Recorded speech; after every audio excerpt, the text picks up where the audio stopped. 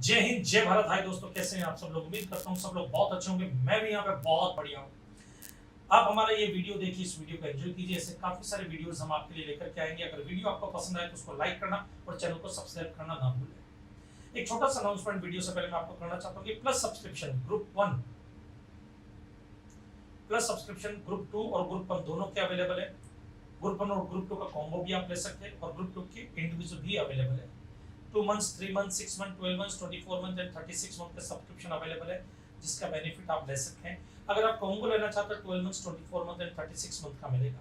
Live interactive classes होगी, structure course and PDF होगा, live test and quiz होगा, open house रहेगा, digital notes मिलेंगे, अनअकैडमिक कम्युनिटी रहेगी, अनलिमिटेड एक्सेस भी रहेगा आपको। ओके, आइकॉनिक सब्सक्रिप्शन भी अवेलेबल है आपके, जो सीएफएन ग्रुप 2 के लिए 2 months, 3 months, 12 months, 24 months and 36 month के लिए अवेलेबल है। इस ऑफर का बेनिफिट ले सकते हैं। तो बड़ा मिलते हैं हमारे नेक्स्ट सेशन में, तब तक के लिए जय हिंद, जय भारत और लेक्चर को एंजॉय कीजिए आप।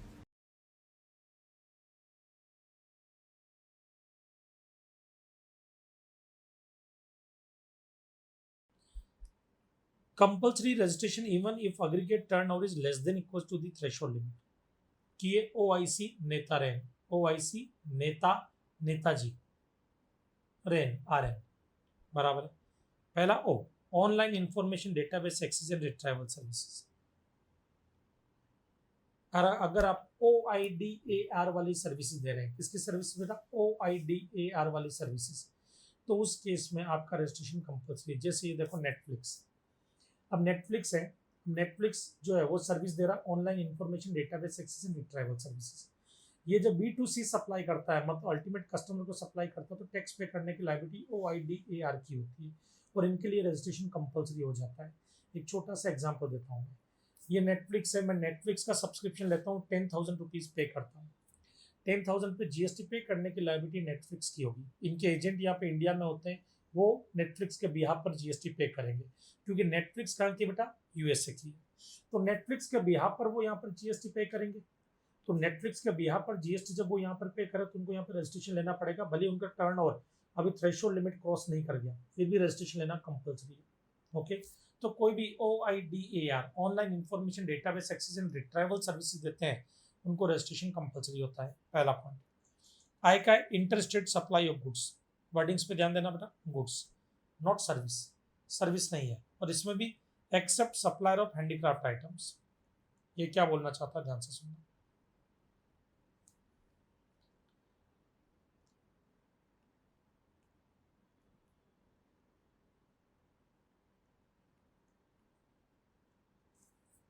ये है महाराष्ट्र, ये है गुजरात, ये है मिस्टर ए, ये है मिस्टर बी, ये है मिस्टर सी, ये है मिस्टर। ओके, मिस्टर ए ने मिस्टर सी को कोई सर्विस दी, उस केस में रजिस्ट्रेशन कंपल्सरी कब होगा, अंडर सेक्शन 22 में। रजिस्ट्रेशन कब कंपल्सरी होगा, जब threshold limit, aggregate turnover more than threshold limit. लेकिन अगर मिस्टर बी ने मिस्टर डी को गुड्स सप्लाई किया, interstate supply of goods, goods का अगर इंटरस्टेट सप्लाई हो रहा है, तो रजिस्ट्रेशन कंपल्सरी हो जाएगा बेटा। उस केस में अंडर सेक्शन 24 लगेगा और रजिस्ट्रेशन कंपल्सरी हो जाएगा। रजिस्ट्रेशन कंपल्सरी हो जाएगा, बराबर, ये ध्यान रखना। तो याद रखना, अंडर सेक्शन 22 अग्रीगेट टर्न और मोर देन थ्रेशोल्ड लिमिट होगा, तब रजिस्ट्रेशन कब कंपल्सरी होता है, सर्विस के केस में। बट गुड्स के केस में अगर इंटरस्टेट सप्लाई हो रही है, तो इंटरस्टेट सप्लाई गुड्स में आंख बंद करके रजिस्ट्रेशन कर देना, क्योंकि रजिस्ट्रेशन जरूरी है जब गुड्स को एक स्टेट से दूसरे स्टेट में भेज रहे हैं। मैं महाराष्ट्र से, ये गुजरात, ये गुजरात है, ये महाराष्ट्र है, महाराष्ट्र से गुजरात में अगर माल बेच रहा हूँ, बराबर, मुंबई से गुजरात में माल जा रहा है, तो उस केस में मुझे रजिस्ट्रेशन लेना कंपल्सरी है। बट हाँ, यहाँ पे एक एक्सेप्शन है। क्या, अगर मैं हैंडीक्राफ्ट के आइटम्स में डील करता हूँ,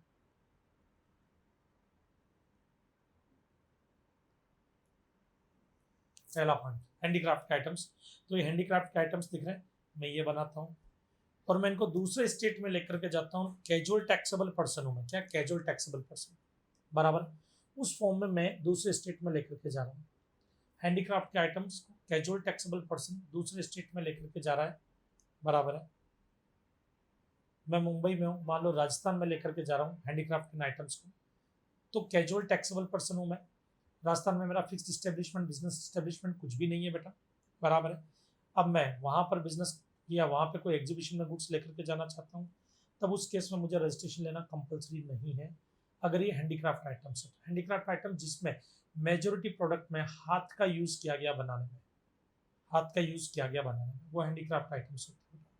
ओके, बट हाँ, अगर मूवमेंट हो रहा है तो मुझे डिलीवरी चालान जरूर बनाना पड़ेगा। ई वे बिल बनाना कंपलसरी होता है इस केस में, ई वे बिल बनाना कंपलसरी होता है।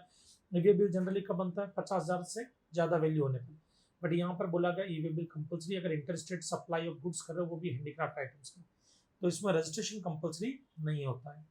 ओके, कब तक नहीं होगा, जब तक एग्रीगेट टर्नओवर,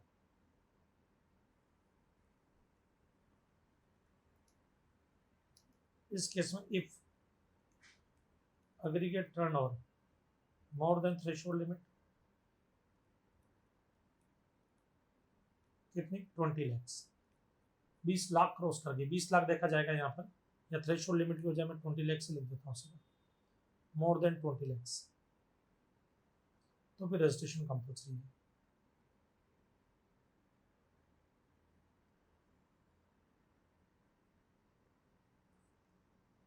समझ में आया, तो रजिस्ट्रेशन कंपल्सरी होगा। बाकी देखो वापस से, इंटरस्टेट सप्लाई ऑफ सर्विस के केस में रजिस्ट्रेशन कंपल्सरी नहीं होता है जब तक aggregate turnover threshold limit cross ना कर दे, वो 10 lakhs और 20 lakhs होती है। दूसरा केस हैंडीक्राफ्ट के गुड्स में भी, अगर एक स्टेट से दूसरे स्टेट में आप गुड्स लेकर के जा रहे हैं तो आपका रजिस्ट्रेशन कंपल्सरी नहीं होता है जब तक आपका टर्नओवर 10 lakhs से 20 lakhs क्रॉस ना हो जाए। यहाँ पे 40 lakhs नहीं देखा जाता बेटा, 40 lakhs का क्राइटेरिया यहाँ पर नहीं आता है, यहाँ पर 10 lakhs 20 lakhs का क्राइटेरिया ही आएगा, ओके, जब हैंडीक्राफ्ट गुड्स की बात हो रही है। चलो, और कोई दूसरा गुड्स अगर एक स्टेट से दूसरे स्टेट में जा रहा है, इंटरस्टेट सप्लाई ऑफ गुड्स, तो रजिस्ट्रेशन कंपल्सरी है। Next, input tax credit chapter आपने अभी अभी पढ़ा था, तो उसमें कॉन्सेप्ट पढ़ा था इनपुट सर्विस डिस्ट्रीब्यूटर। तो वो पढ़ाते वक्त मैंने आपको बताया था कि मान लीजिए मैं मुंबई में मेरा हेड ऑफिस है और वापी की फैक्ट्री में कोई मशीन रिपेयर हुई है, उसका इनवॉइस हेड ऑफिस के नाम पे आ गया, मुंबई के हेड ऑफिस के नाम पर, तो हेड ऑफिस वो क्रेडिट ट्रांसफर करता है वापी की ब्रांच को, वापी गुजरात में, वापी की ब्रांच को ट्रांसफर करता है। तो जब वो वापी की ब्रांच को ट्रांसफर करेगा तो उस केस में मुझे अपने हेड ऑफिस को इनपुट सर्विस डिस्ट्रीब्यूटर के नाम पे रजिस्टर्ड करवाना पड़ेगा। और उस टाइम पे मैंने आपको ये भी बोला था कि वो रजिस्ट्रेशन कंपलसरी होता है, कंपलसरी होता है, चाहे मैं ऑलरेडी रजिस्टर्ड हूँ जीएसटी में, फिर भी मुझे उस नाम से एक और रजिस्ट्रेशन लेना ही पड़ेगा, लेना ही पड़ेगा। मेरे हेड ऑफिस को उस नाम से रजिस्टर्ड होना ही पड़ेगा, कंपलसरी है, भले ही मेरा रजिस्ट्रेशन ऑलरेडी हो चुका है। क्यों, वो इस सेक्शन की वजह से कंपलसरी है। इनपुट सर्विस डिस्ट्रीब्यूटर को कंपलसरी रजिस्ट्रेशन लेना ही पड़ेगा, अदरवाइज वो क्रेडिट ट्रांसफर नहीं कर पाएगा किसी भी इनपुट सर्विस की। ओके, कैजुअल टैक्सेबल पर्सन, ये जो कैजुअल टैक्सेबल पर्सन की बात कर रही है कौन से, हैंडीक्राफ्ट आइटम्स को छोड़ करके। हैंडीक्राफ्ट आइटम्स के लिए तो 20 lakhs वाली लिमिट है। यहाँ पर ये क्या बोला जाता है कैजुअल टैक्सेबल पर्सन के बारे में, कि मान लीजिए ये मुंबई है, मुंबई में ये मेरी दुकान है, शॉप है इलेक्ट्रॉनिक आइटम्स की। अब ये राजस्थान है, राजस्थान में एक एग्जीबिशन लग रही है, क्या लग रही है, एग्जीबिशन। तो मुझे मुंबई से राजस्थान गुड्स लेकर के जाने का है, मुझे मुंबई से राजस्थान गुड्स लेकर के जाने का है इस एग्जीबिशन में रखने के लिए। तो मैं मुंबई से राजस्थान गुड्स लेकर के जा रहा हूँ। अब एग्जीबिशन में बिग भी सेल भी हो सकते हैं, नहीं भी हो सकते हैं। अब एग्जीबिशन, अब राजस्थान के अंदर मेरा कोई फिक्स इस्टेब्लिशमेंट या बिजनेस इस्टेब्लिशमेंट नहीं है, तो मुझे पहले राजस्थान में कैजुअल टैक्सेबल पर्सन के नाम पे रजिस्ट्रेशन लेना पड़ेगा। इस नाम से कैजुअल टैक्सेबल पर्सन के नाम पे रजिस्ट्रेशन लेना कंपलसरी है। उसके लिए मुझे एडवांस टैक्स पे करना पड़ता है। क्या करना पड़ता है बेटा, एडवांस टैक्स पे करना पड़ता है, बराबर है। 5 दिन पहले मेरा रजिस्ट्रेशन हो जाना चाहिए, बिजनेस शुरू होने के 5 दिन पहले रजिस्ट्रेशन हो जाना चाहिए, बराबर है। तो कैजुअल टैक्सेबल पर्सन के नाम पे अगर मैं रजिस्ट्रेशन ले रहा हूँ तो मेरा रजिस्ट्रेशन कंपलसरी होता है। ओके, नेक्स्ट आता है आपके non resident taxable person.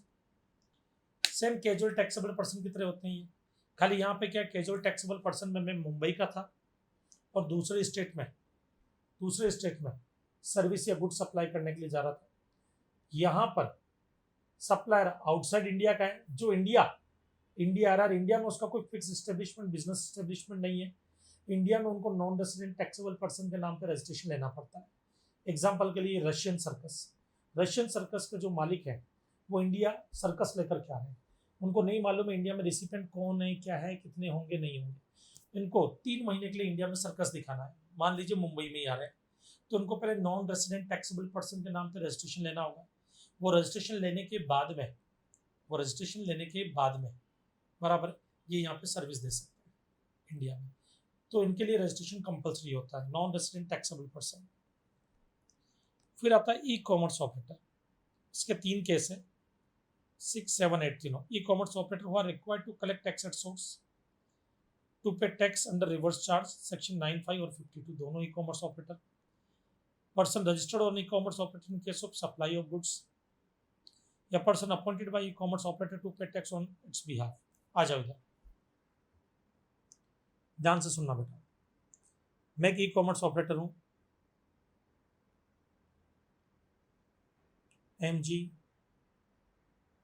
Supply com, मेरी कंपनी का नाम है .com।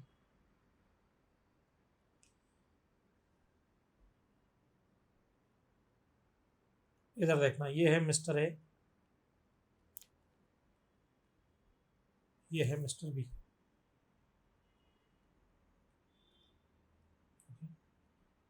ये कस्टमर है,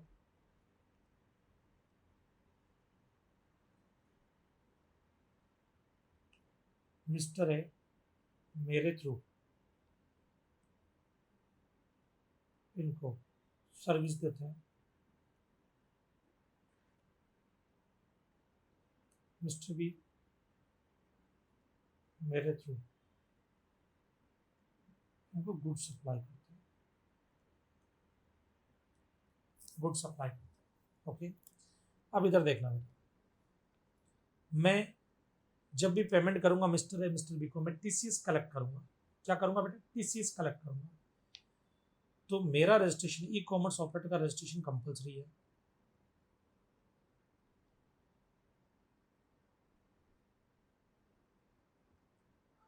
रजिस्ट्रेशन कंपलसरी अंडर सेक्शन 24 में। अब मेरा रजिस्ट्रेशन कंपलसरी है, मिस्टर ए और मिस्टर बी का रजिस्ट्रेशन कंपलसरी है क्या? तो मिस्टर बी के लिए बोला गया है रजिस्ट्रेशन कंपलसरी है, क्योंकि ये मेरे थ्रू गुड्स की सप्लाई कर रहे हैं। किसकी कर रहे हैं? गुड्स की। तो कोई भी आदमी जो ई कॉमर्स ऑपरेटर के थ्रू गुड्स सप्लाई करता है उसका रजिस्ट्रेशन कंपलसरी होता है। रीजन क्या है? ई कॉमर्स ऑपरेटर के थ्रू जो ऑर्डर मिलने वाले हैं मिस्टर बी को, वो दूसरे स्टेट के भी हो सकते हैं। मिस्टर बी मान लीजिए गोवा के रहने वाले हैं, तो दूसरे स्टेट के ऑर्डर भी मिल सकते हैं, जिससे inter state supply of goods होता है और उसमें रजिस्ट्रेशन कंपलसरी होता है। तो सीधा सीधा बोल दिया मिस्टर बी को रजिस्ट्रेशन कंपलसरी है, मिस्टर बी को रजिस्ट्रेशन लेना पड़ेगा।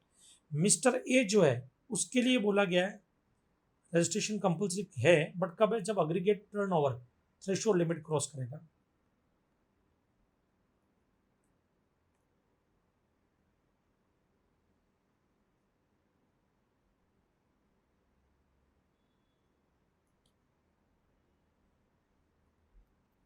Aggregate turnover more than threshold limit.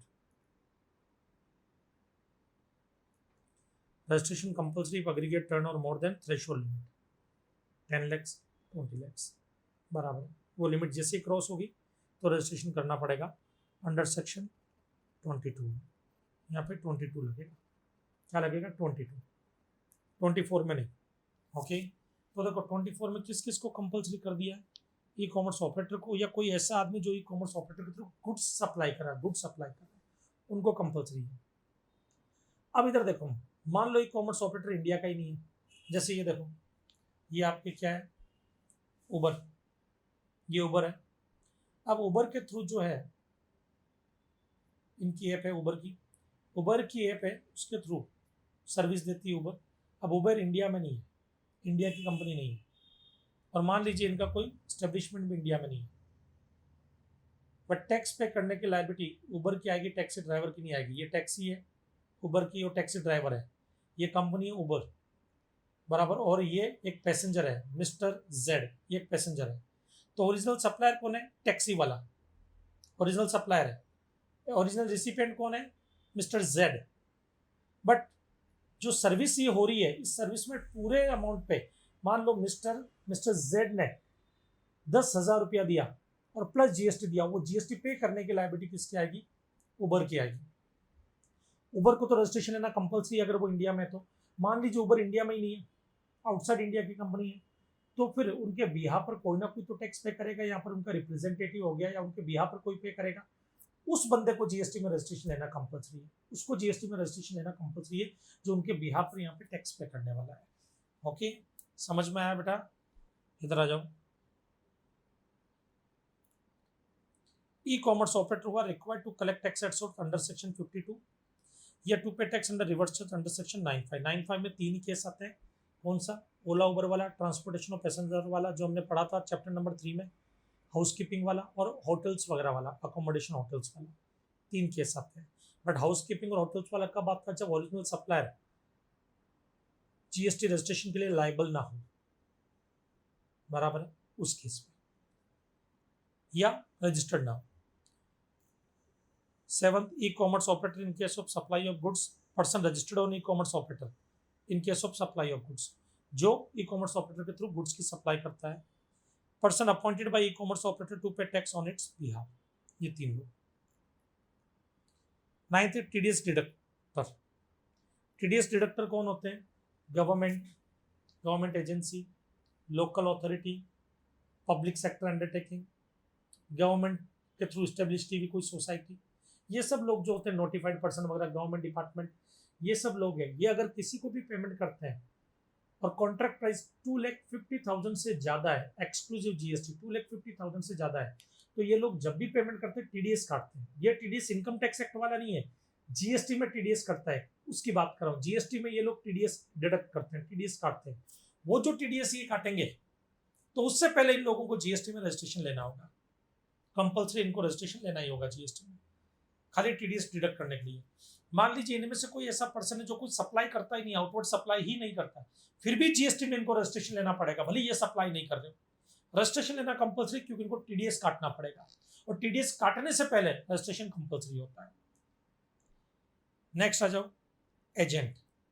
Agent कौन? Schedule first agent. अब इधर देखना बेटा, मैं मुंबई का हूँ मिस्टर ए, ये दिल्ली के हैं मिस्टर बी, ये मैं हूँ, चलो मिस्टर ए नहीं, मैं एमजी हूँ, एमजी ठीक हूँ, ये मैं हूँ एमजी महेश गौड़, ये है मिस्टर बी जो दिल्ली के है, दिल्ली के। अब ये मेरे एजेंट है, ये मेरे बिहार पर दिल्ली में माल बेचते हैं, सेल करते हैं। मैंने अपने एजेंट को माल भेजा, सेंड किया, यहाँ से भेजा, तो गुड सेंड टू एजेंट। मैंने इनको बोला कि ये गुड्स आप रखो अपने वहां पर और बाद में आप इनको बेचना, तो इसको सप्लाई माना जाता है कि supply between principal and agent without consideration is treated as supply, without consideration भी treated as supply, deemed supply मान लिया जाएगा। और जब इसको डीम्ड सप्लाई मान लिया जाएगा, डीम्ड सप्लाई मान लिया जाएगा, इस केस को डीम्ड सप्लाई कंसिडर कर लेंगे इसको, बराबर है, तो मुझे जीएसटी भी पे करना पड़ेगा। और इसकी वैल्यू कैसे निकालेंगे? रूल 29 में हमने पढ़ा है, रूल 29 वैल्यूएशन का, कि उसमें इसकी वैल्यू निकाली जाएगी। मान लो वैल्यू आती है 10 लाख, वैल्यू क्या आती है 10 लाख, तो मुझे 10 लाख का एक इनवॉइस बनाना पड़ा, ये जिसमें देखो मैंने लिखा 10 लाख, वैल्यू 10 लाख, नीचे जीएसटी 1,80,000 18% से। अब ये इनवॉइस किसके नाम पर है? देखो ऊपर मैंने लिखा मिस्टर बी, मिस्टर बी के नाम पर है। मिस्टर बी को क्रेडिट लेना पड़ेगा 1,80,000 का, मिस्टर बी को क्रेडिट लेना पड़ेगा। भले ही मिस्टर बी ने अभी तक मुझे पैसा नहीं दिया है 10 लाख, ना मुझे 1,80,000 का जीएसटी दिया है, बट मुझे तो डिपार्टमेंट को जीएसटी पे करना पड़ेगा वो, और मुझे डिपार्टमेंट को जीएसटी पे करना है, तो उसका क्रेडिट में मिलेगा मिस्टर बी को, और क्रेडिट लेना है तो मिस्टर बी को रजिस्ट्रेशन लेना ही पड़ेगा ना, जीएसटी में रजिस्ट्रेशन लेना पड़ेगा। जब तक आप रजिस्टर्ड नहीं होंगे आप क्रेडिट कैसे लेंगे? इसीलिए बोला गया है कि भाई जो एजेंट होगा, जो शेड्यूल फर्स्ट में कवर होते हैं, उनको रजिस्ट्रेशन कंपल्सरी है, उनको रजिस्ट्रेशन कंपल्सरी है। Okay, any registration is liable for payment of tax under RCM. Sir अभी तो आपने बोला ये यहाँ पे ऊपर कि आरसीएम वाले जो उनको रजिस्ट्रेशन की जरूरत नहीं होती है, ये वो लोग हैं जो आउटवर्ड सप्लाई कर रहे हैं। तो सर ये कौन सा है? ये वो लोग हैं जो इनवर्ड सप्लाई मिलती है जिनको। एग्जाम्पल के लिए, एग्जाम्पल से समझा देता हूँ दोनों पॉइंट। ये मैं हूँ एडवोकेट, एडवोकेट का नहीं लेते, दूसरा लेते। ये मैं हूँ रिकवरी एजेंट,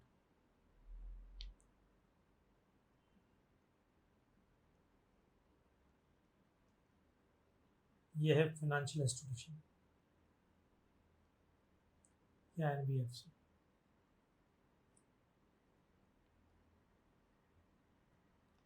रिकवरी एजेंट मुझे सर्विस देता है रिकवरी की, ये सप्लायर है, मैं रिसिपिएंट। रिकवरी की सर्विस देता है, बराबर है। उस केस में रिकवरी एजेंट आउटवर्ड सप्लाई कर रहा है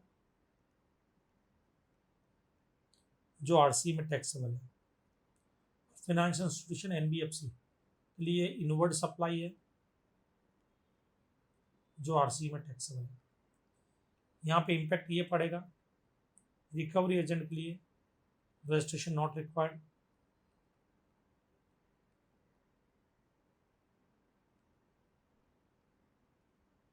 अंडर सेक्शन 23 बोलता है। क्यों? क्योंकि ये तो आउटवर्ड सप्लाई दे रहा है जिसमें आरसीएम लगेगा, तो इसके लिए सप्लाई एक तरह से एग्जम्प्टेड सप्लाई की तरह ट्रीट होगी। लेकिन फाइनेंशियल इंस्टीट्यूशन एनबीएफसी के लिए इनवर्ड सप्लाई जो आरसी में टैक्सेबल होगी, यहाँ पे रजिस्ट्रेशन कंपल्सरी है।